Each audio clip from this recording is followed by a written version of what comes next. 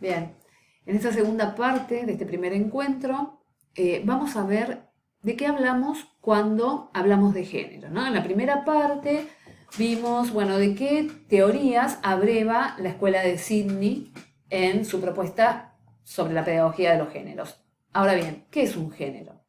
Bien, cuando hablamos de género nos estamos refiriendo a un tipo de texto. Cada texto, oral o escrito, pensemos que tiene un propósito y está destinado a una audiencia determinada. Y esas dos coordenadas, ¿sí? Propósito y audiencia, va a ser que tenga un formato, un estilo y un vocabulario según el tipo de texto que sea, y nos va a permitir encontrar regularidades que nos ayudan a clasificarlo o a reconocerlo como parte de un género. Entonces, cuando hablamos de género, entonces nos referimos a tipos textuales. Y en el marco de la lingüística sistémico-funcional, los géneros se entienden como construcciones sociales en las que se puede identificar una función social. Sin ir más lejos, si nos fijamos en la definición que Rose y Martin dan en su libro Leer para Aprender, que está compartido en la plataforma, ellos postulan que los géneros discursivos son procesos sociales orientados a objetivos y formados por etapas. Sociales porque tienen una función social e inevitablemente siempre estamos intentando comunicarnos con otros, aunque no estén presentes en ese momento. Orientados a objetivos porque siempre mediante la escritura, ¿sí? Queremos lograr un determinado propósito que si no alcanzamos nos lleva a la frustración. Y formados por etapas porque normalmente ese propósito o ese objetivo que buscamos con nuestro texto no lo conseguimos en un solo paso, sino en varios pasos. Entonces, de eso hablamos cuando hablamos de género. Y si queremos ponerle nombre a los géneros, ¿sí? Podemos reconocer que hay 5 grandes familias de géneros en las que ingresan todos los textos que circulan por la escuela secundaria. Estas grandes familias son la narración, la descripción, la explicación, la instrucción y la argumentación. Considero que son todos géneros que reconocemos a simple vista. El tema es que vamos a ver en los posteriores encuentros que hay más de un tipo de narración, hay más de una descripción, hay más de un tipo de explicación, y así con cada uno de los géneros. Pero bueno, simplemente quería presentar estas grandes familias, esta gran división, para que tengamos idea de qué estamos hablando cuando hablamos de género. Vimos en la primera parte que la lingüística sistémico-funcional, ¿sí? Hacía que esta pedagogía de los géneros se centrara en la forma que toma la lengua según su función. Vimos que la propuesta de Bernstein hacía hincapié en que es necesario reconocer explícitamente cuáles son las características de ese código elaborado que circula por las instituciones escolares y que es ajeno a muchos de nuestros estudiantes y que eso impedía que atravesaran con éxito todo lo que es, todas las actividades que se proponían en la escuela. Entonces, la propuesta de la pedagogía de los géneros también hacía hincapié en estos aportes de la sociología de la educación. Y también vimos que desde la psicología de la educación, la pedagogía de los géneros, ¿sí? Tomaba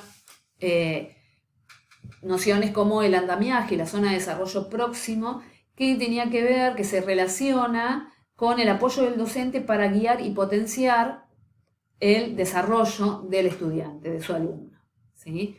Entonces, teniendo en cuenta estos 3 grandes aportes, ¿sí? que recibe la pedagogía de los géneros, vamos a ver cuáles son los principios, ¿sí? más relevantes que dan sostén a esta propuesta. Por un lado, el primer principio es la interacción es clave en el aprendizaje del lenguaje, ¿sí? El aprendizaje del lenguaje se considera una actividad social y en este enfoque aprender lenguaje es el resultado de la colaboración entre el docente y el estudiante o de la colaboración de los estudiantes entre sí. Aquellos que son más avanzados con los que son menos avanzados. Pero siempre la interacción tiene que estar presente en el aprendizaje del lenguaje. Un segundo principio tiene que ver con el conocimiento explícito que ofrece el docente, ¿no? Este enfoque enfatiza que el aprendizaje va a ser más efectivo si los docentes explícitamente le comunican al alumno qué habilidades esperan, ¿sí?, que ellos obtengan después de aprender de hacer determinada tarea o de leer determinado texto, pero siempre hacerlo explícito, ¿sí? Siempre decir qué es lo que se espera que logren ellos, para qué queremos que lo hagan. Un tercer principio es el que considera que al docente, no como el que provee el saber, ¿sí?, y al estudiante como un receptáculo vacío que lo que hace es llenarse de conocimientos, sino el docente es el experto que anima y el estudiante es un aprendiz.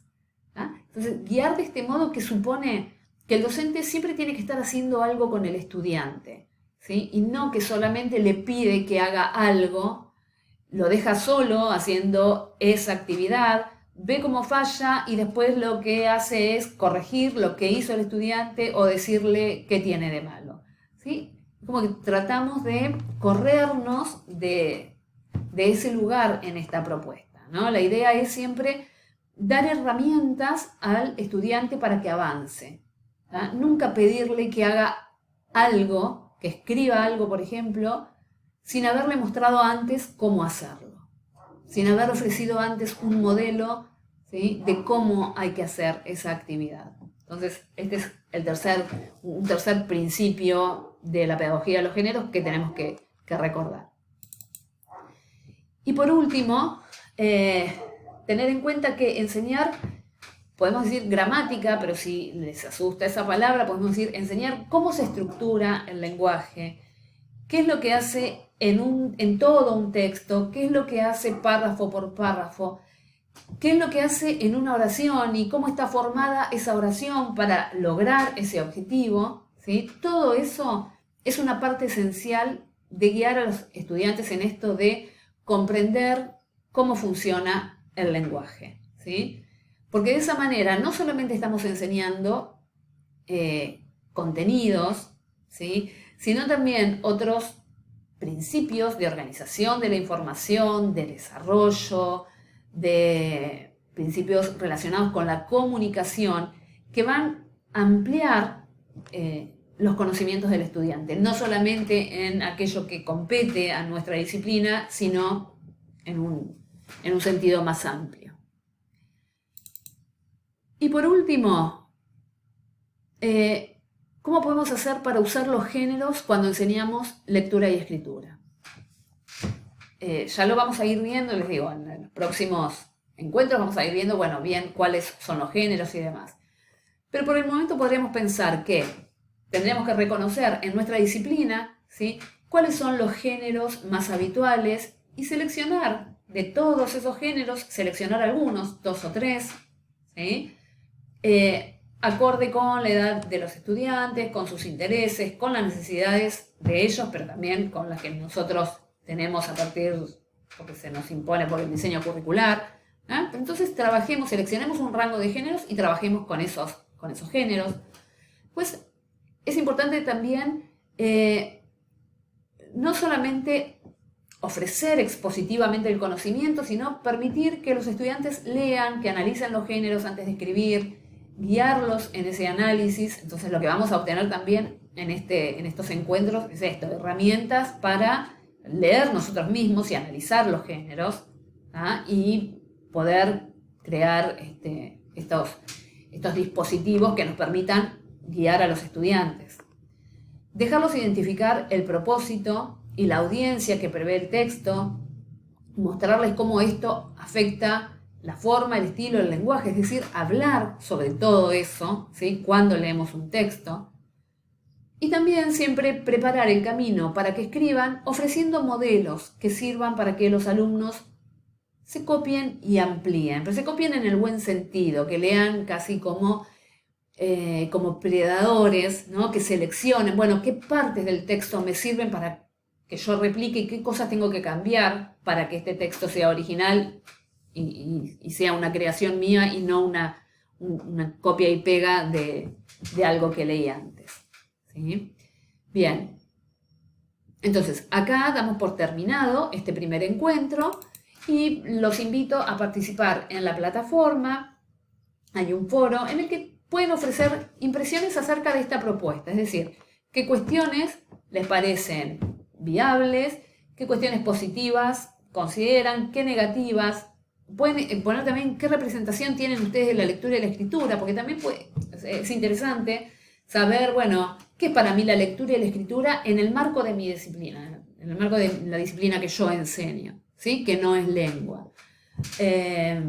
Bien, o también si es lengua, bueno, qué representación, qué es lo que considero que tengo que enseñar en la materia de lengua sobre la estructura de la lengua, cómo considero que tengo que enseñarla, todo lo que se les ocurra sobre la lectura y la escritura y la representación que tienen de estas dos cuestiones, pueden plasmarlas en el foro. Así que nos vemos en el segundo encuentro.